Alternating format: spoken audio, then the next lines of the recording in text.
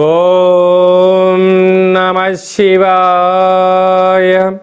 ఓం నమో నారాయణాయ. నరదృష్టి నివారణ కాళభైరవాయ నమో నమః. అక్షర తులాభార నవగ్రహ దేవతాభ్యో నమో నమః.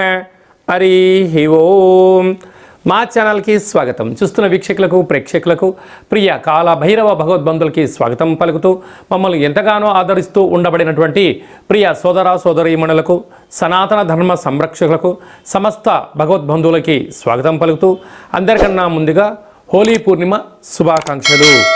1/3/2025 నుండి 15/3/2025 వరకు పుట్టినటువంటి వారందరికీ కూడా ముందస్తుగా జన్మదిన శుభాకాంక్షలు.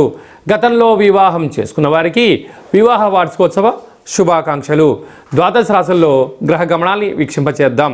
వృషభ రాశిలో దేవగురు బృహస్పతి సంచార స్థితి, మిథున రాశిలో కుజ భగవానుడు సంచార స్థితి, కన్య రాశిలో కేతు భగవానుడు సంచార స్థితి, కుంభరాశిలో ఏడాది తర్వాత రవి మరియు శని భగవానుడు యొక్క సంచార స్థితి, మీనరాశిలో బుధుడు శుక్రుడు రాహు సంచార స్థితితో ద్వాదశ రాశుల్లో గ్రహ గమనాలు ఈ విధంగా ఉన్నాయి.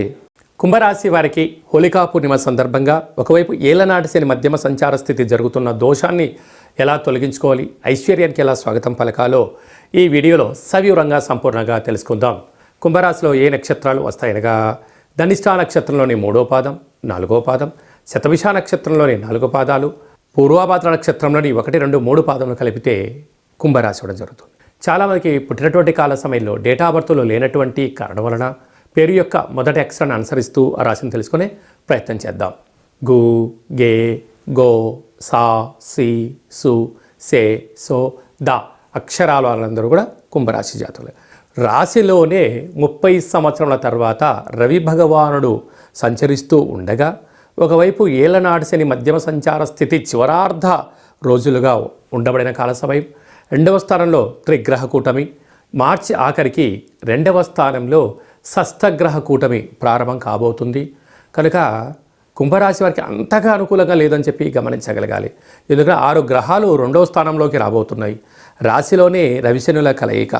కనుక ఇలాంటి పరిస్థితి ఉన్నప్పుడు కొన్ని లక్షల వందల వీడియోలలో ఈ వీడియో మీరు చూస్తున్నారు అన్నట్లయితే నవగ్రహ అక్షర తులాభార సేవ మహోత్సవ కార్యక్రమంలో పాల్గొనే సమయం ఆసన్నమైంది అని చెప్పి మీరు గుర్తుపెట్టుకోగలగాలి. కేవలం నామాలను రాసి ఆదివారం పూట సూర్యగ్రహ తులాభారంలో, శనివారం రోజు శని భగవంతుడి యొక్క అక్షర తులాభారంలో పాల్గొనడం వలన గ్రహదోషం తొలగి రాశిలో 30 ఏళ్లలో తర్వాత మళ్ళీ ఇలాంటి పరిస్థితి ఉంటుంది. 2వ స్థానంలో ప్రస్తుతము త్రిగ్రహ కూటమి, రాబోయే కాలంలో షష్ఠగ్రహ కూటమి, ఏలనాటి శని యొక్క ప్రభావము, అదే కాకుండా అర్ధాష్టమ గురుడు, సంతాన స్థానంలో కుజ భగవానుడు, అష్టమంలో కేతు సంచార స్థితి, అంటే అంతగా అనుకూలంగా లేని పరిస్థితి ఉంది. కనుక వీలైనంత వరకు మీ జన్మ నక్షత్రం రోజున అష్టమి పూర్ణిమ తిథి యందున దూరావాయు జల ప్రయాణాలు పెట్టుకోవద్దు. ఏదైనా మాట్లాడేటప్పుడు ఆలోచించి మాట్లాడండి. ఫేస్బుక్లో కానీ వాట్సాప్లో కానీ క్రియేటివిటీగా ఏదైనా అనిపిస్తే కేవలం నీ ఒక్కడికే సత్యం అనిపించినంత మాత్రాన దాన్ని ఫార్వర్డ్ చేయొద్దు. ఎందుకనగా అది నీ వ్యక్తిగతంగా సత్యం అనిపించవచ్చు, బాహ్య ప్రపంచంగా ప్రభుత్వ చట్టరీత్యా అది వ్యతిరేక భావం అయి ఉండొచ్చు.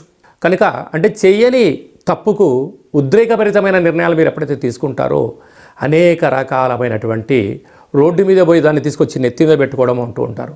కాలం కలిసి రాకపోతే తాడు కూడా పామై కడుస్తుందట. అలాంటి సిచ్యువేషన్లో కుంభరాశి జాతకులు ఉన్నారు. కనుక మౌనం, ధ్యానం, సూర్యారాధన, పక్షులకు కాకులకు ఆహారం పెట్టడం, పితృదేవతలను స్మరించడం, దేవాలయ దర్శనం చేసుకోవడం, వీలైనంత వరకు మౌనం అవసరం. ఆపై భగవంతుడి యొక్క ఆశీస్సులు మీ పైన ఉండడం వల్ల అద్భుతమైనటువంటి సహనశీలిగా మీరు ఉండగలిగినట్లయితే భవిష్యత్ అంతా బంగారుమయమని చెప్పి గమనించాలి. ఈ మార్చి మాసంలో అలాగనే పాల్గొన మాసంలో ముఖ్యమైనటువంటి తిథుల గురించి క్లుప్తంగా సవివరంగా సంపూర్ణంగా తెలుసుకుందాం. 6వ తారీఖున 3వ నెల 2025వ తారీఖున అక్షయ కాళభైరవాష్టమి.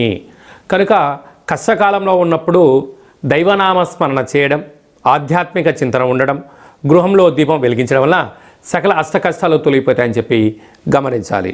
13వ తారీఖున పాల్గొనమాస శుద్ధ పూర్ణిమ, హోళికా పూర్ణిమ చేస్తూ ఉంటాం. కనుక కామద దహన కార్యక్రమంలో పాల్గొందాం, స్వామివారి యొక్క ఆశీస్సులు పొందుదాం. అఖండ అష్టకష్టాలకు స్వస్తి పలుకుతాం. ఎందుకనగా రంగుల హేళి అంటే ఆట అని చెప్తూ ఉంటారు. అంటే సహజసిద్ధమైనటువంటి రంగులతోనే దయచేసి అందరూ ఆడుకోండి, కలుషితం నీటితోనే ఆడుకోండి.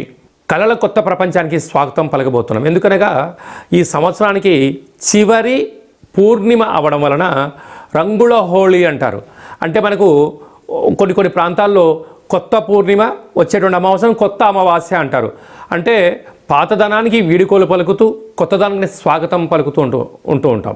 అందుకే మనం అందరము కూడా రంగులతో అలంకరించుకొని ఆడుకొని ఈ పాత సంవత్సరంలో అంటే తెలుగు సంవత్సరాలలో ఈ జ్ఞాపకాలంతను కూడా మధుర స్మృతులను గుర్తుపెట్టుకుంటూ పడ్డ అష్టకష్టాలకు స్వస్తి పలుకుతూ అష్టైశ్వర్యానికి రాబోయే కాలంలో స్వాగతం పలకాలని రంగులతో ఆటలాడుకొని మంచి కొత్త సంవత్సరానికి స్వాగతం పలుకుతాం. కనుక ఆడుకునేటువంటి వారందరూ కూడా దయచేసి సహజసిద్ధ రంగులతోనే ఆడుకోండి, కలుషితం లేని జీవనాన్ని పొందండి. ఎందుకనగా చాలా ప్రాంతాల్లో స్కిన్, హెయిర్, కళ్ళు ప్రాబ్లం అయిన సందర్భాలు కూడా చాలా ఉంటున్నాయి. దయచేసి ఎవరు కూడా పండగ పూట బాధపడకూడదు అనేటువంటిది మన సనాతన ధర్మం. అందరూ క్షేమంగా ఉండాలి, అందరూ ఆరోగ్యంగా ఉండాలి. పాత సంవత్సర పూర్ణిమకు వీడుకోలు పలుకుతూ కొత్త ఉగాది పండుగకు స్వాగతం పలుకుతూ కనుక మనమందరం కూడా వీలైతే శ్రీ రమా సహిత సత్యనారాయణ స్వామి వ్రత పూజ కార్యక్రమంలో పాల్గొనడం, దత్తాత్రేయ స్వామి యొక్క దర్శనం, శివాలయంలో పూజా కార్యక్రమం, కాళభైరవ హోమంలో పాల్గొనడం వలన సకల అష్ట కష్టాలన్నీ తొలగిపోయి కొత్త సంవత్సరానికి స్వాగతం పలకబోతున్నాం. అందరికీ శుభం, జయం, లాభాన్ని భైరవ స్వామి వారు ఆశించాలని కోరుకుందాం. అది ఏ కాకుండా ఇంకనూ మనం విజయం సాధించగలగాలి అని అంటే ఏం చేయాలో అనేది మీకు ఒకసారి చూపిస్తాను. ఈ యొక్క పాత్ర కంచు పాత్ర అంటారు. మనకు రాసులు 12 ఎలా ఉంటాయో 12 యొక్క రాసులను ఇందులో అచ్చు వేయడం జరుగుతుంటుంది. ఈ పాత్రను మనం ఇంట్లో ఉంచుకొని ప్రతిరోజు ఉదయం పూజ చేసిన తదనంతరము, సూర్య నమస్కారం చేసిన తదనంతరము ఇలా శబ్దం చేస్తే ఓంకార శబ్దం రావడం జరుగుతుంది.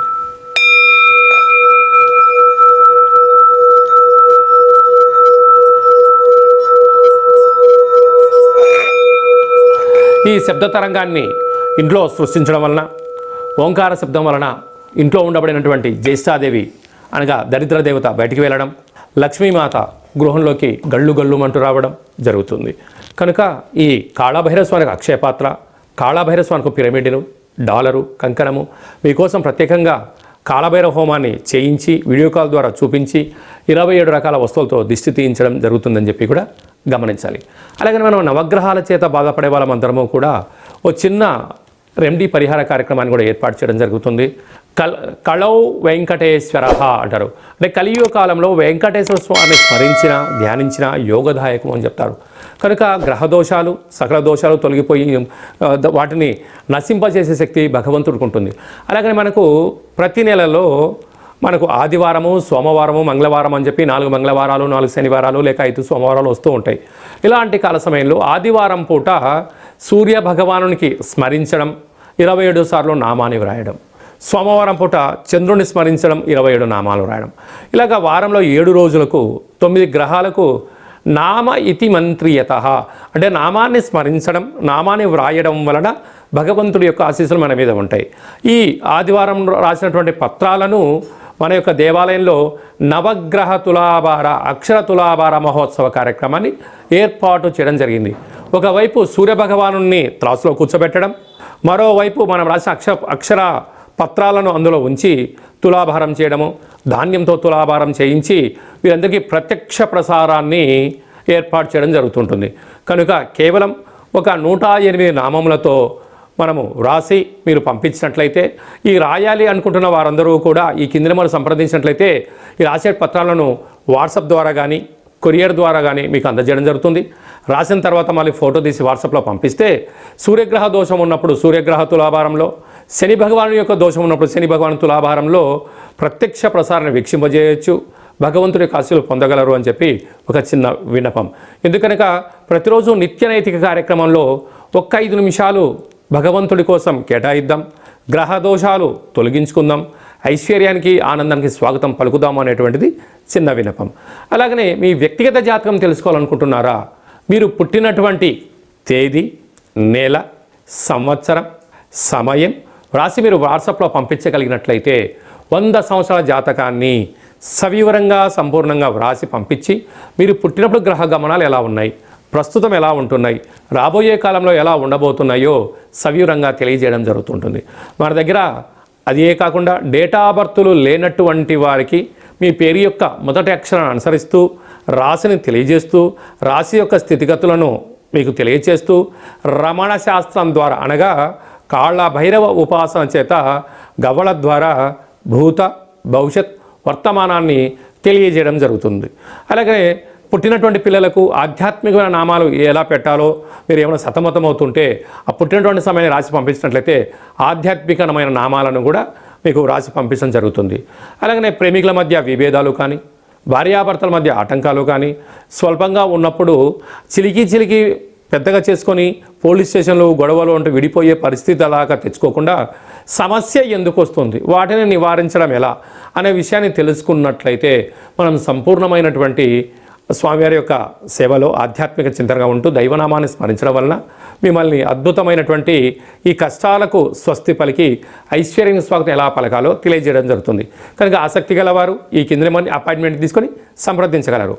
అందరికీ శుభం, జయం, లాభం జరగాలని కోరుకుంటూ కొత్త పూర్ణిమకు స్వాగతం పలుకుతూ ఈ సంవత్సరానికి విడుకోలు పలుకుతూ రంగుల హోళీ శుభాకాంక్షలు మరొకసారి అందరికీ ఆశీర్వచనం. శతమానం భవతి శతాయు పురుష సతేంద్రియ ఆయుష్యేవేంద్రియే ప్రతిష్టతి ధనం ధాన్యం బహుపుత్రలాభం శత సంవత్సరం దీర్ఘమాయు సర్వే జనా సుఖినో భవంతు లోకా సమస్తా సుఖినో భవంతు. సర్వం నవగ్రహ దేవత అక్షరతులాభార దేవతార్పణమస్తు. హరి ఓం. ఈ వీడియో మీకు నచ్చినట్టయితే లైక్ చేయండి, షేర్ చేయండి, మా ఛానల్ని సబ్స్క్రైబ్ చేసుకోండి. మేము చేస్తున్న ఆధ్యాత్మిక వీడియోలు అందరికన్నా ముందుగా మీరు వినాలి అనుకుంటున్నట్టయితే ఆలనా బటన్ తెలియచేయండి. ఈ యొక్క వీడియోని భగవద్బంధులకు, మిత్రులకు, స్నేహితులకు చేరవేసి వారి క్షేమం గురించి కూడా మీరు ఆలోచించే ప్రయత్నం చేయండి. సర్వత్రా శుభం, జయం, లాభం కలుగుతుంది.